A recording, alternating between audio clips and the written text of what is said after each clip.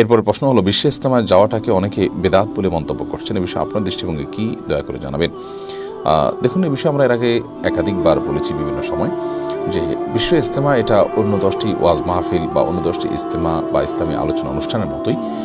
এখানে সাধারণত মানুষকে দিনই বিষয়ে উদ্বুদ্ধ করা হয় এবং দিনই চেতনা জাগ্রত করবার জন্য মোটিভেশনাল আলোচনা বয়ান পেশ করা হয়ে থাকে।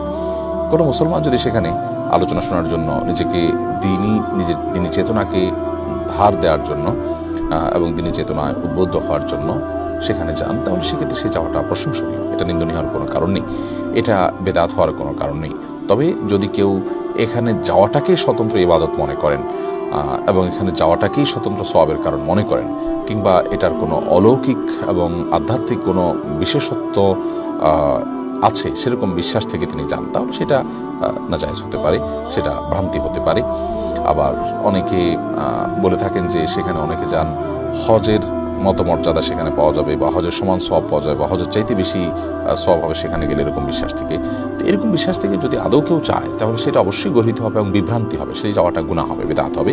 তবে আমার বিশ্বাস এবং আমার ক্ষুদ্র অভিজ্ঞতা হলো যে লক্ষ লক্ষ মানুষ যারা সেখানে যাচ্ছেন তারা ওয়াজ শোনার জন্য, আলোচনা শোনার জন্য, বয়ান শোনার জন্য যাচ্ছেন, সেখান থেকে বয়ান শুনে উদ্বুদ্ধ হয়ে আসার চেষ্টা করছেন এবং এই যাওয়াটা এবং এই যাওয়ার জন্য আয়োজনটা এটা নাজায়েজ বা বিদআত হওয়ার কোনো কারণের মাধ্যমে আলহামদুলিল্লাহ বহু মানুষ নামাজি হচ্ছেন, বহু মানুষ দিনের দিকে অগ্রসর হচ্ছেন, সেটি অবশ্যই প্রশংসনীয় দিক।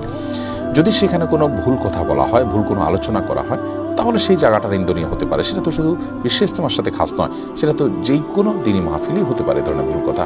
তাই বলে ওই মাহফিলটাকে বিদআত বলার তো কোনো কারণ থাকতে পারে না, এই সম্ভাবনার কারণে অন্তত।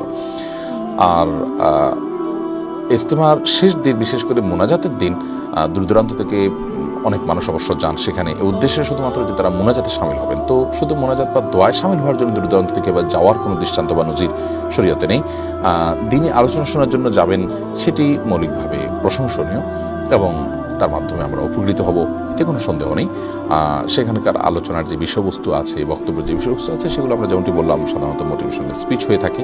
অতএব মোটিভেশনাল স্পিচ শোনার জন্য আপনি সেখানে যাওয়াটা, এটা কি নিন্দনীয় মনে করা বা বিদআত মনে করা আমি কোনো কারণ অন্তত দেখছি না।